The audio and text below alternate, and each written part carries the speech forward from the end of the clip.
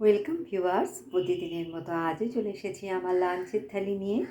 আজকে লাঞ্চে নিয়েছি সাদা ভাত, নিয়েছি শসা ও গাজর স্যালাড হিসেবে। প্রথম পাতে খাওয়ার জন্য নিয়েছি শীষ পালঙের চচ্চড়ি, যেটা আমি চিংড়ি মাছ দিয়ে রান্না করেছি।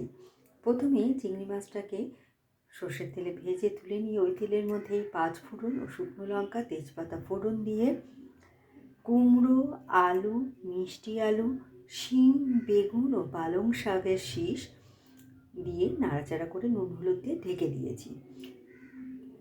তারপর ওর মধ্যে একটু আদা ও জিরে বাটা দিয়ে মশলা কষিয়ে ভাজা চিংড়ি মাছ দিয়ে এটা তৈরি করেছি। আর নামানোর সময় দিয়েছি আর একটু ভাজা জিরের গুঁড়ো।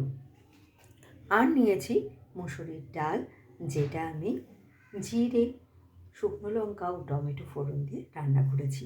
নিয়েছি পাবদা মাছের ঝোল, যেটা আলু, বেগুন ও বড়ি দিয়ে আমি রান্না করেছি। প্রথমে মাছ ভেজে ওই তেলের মধ্যে বড়ি ভেজে তুলে নিয়ে কালো জিরে ও কাঁচা লঙ্কা ফোড়ন দিয়ে আদা, জিরে, লঙ্কা বাটা দিয়ে আমি এটা তৈরি করেছি। আর নামানোর একটু আগে ভেজে রাখা মাছ, ভেজে রাখা বড়ি আর খানিকটা ধনেপাতা দিয়ে এটা নামিয়েছি।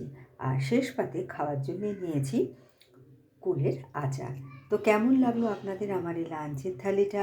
ভালো লাগলে লাইক, শেয়ার এবং সাবস্ক্রাইব করবেন আমার চ্যানেলকে। Thank you for watching.